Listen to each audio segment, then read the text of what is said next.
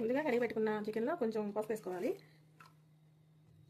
ఆ తర్వాత కొంచెం ఉప్పు వేసుకోవాలన్నమాట, ఒక స్పూను.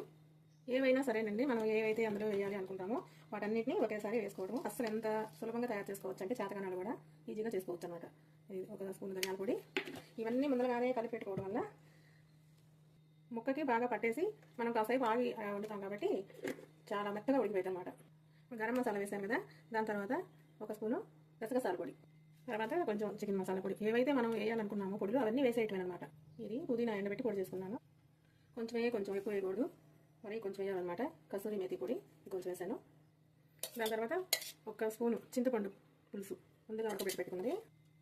లవంగా చెక్క పొడి కొంచెం అన్నమాట, ఎక్కువ వేయకూడదు, అది మంట వస్తుంది. తరిగినవి. ఇప్పుడు తరిగిన టమాటా ఒకటి, టమాటాలు ఎక్కువ వేయకూడదు, అంటే తీపి ఎక్కువ వస్తుంది. ఉల్లిపాయ కానీ టమాటా కానీ ఎక్కువ వేస్తే దాన్ని సరిపోయిననే వేసుకోవాలి.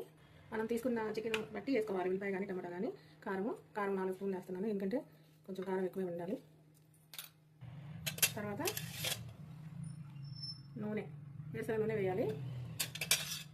ఇలా మొత్తాన్ని వేసిన తర్వాత ఈ విధంగా కలుపుకోవాలన్నమాట. ఇది మొత్తం కలిసిపోయేలాగా కలిపి పక్కన పెట్టుకుంటే ఏమవుతుందంటే కొంచెం సేపటికి ఉల్లిపాయ టమాటా ఇవన్నీ ఉప్పు కలిసేటప్పటికి నీరు వస్తుంది అన్నమాట బయటికి.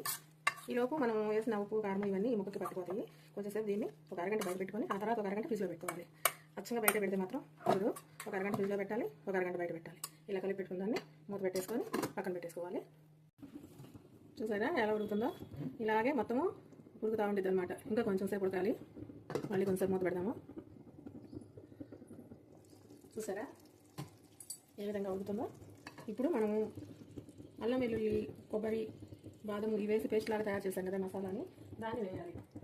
ఇది కూడా వేసాక కొంచెం సేపు ఉడకనివ్వాలి మొత్తాన్ని. మళ్ళీ దీని పచ్చివాసన పోవాలి కదా, దానికోసమని మళ్ళీ ఒకసారి ఉడకనివ్వాలన్నమాట.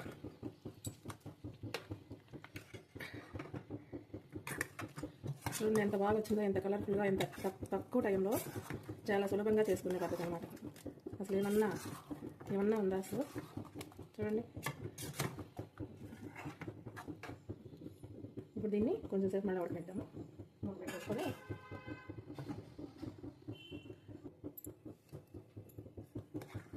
చూసారా, ఎవరైనా సరే దీనిలో ఒక్క చుక్క కూడా నీళ్ళు వేయలేదంటే నమ్మరు, తెలియని వాళ్ళు. కానీ నేను వేయలేదు. చాలా కదా కొద్దిగా అసలు ఎంత బాగా వచ్చిందో.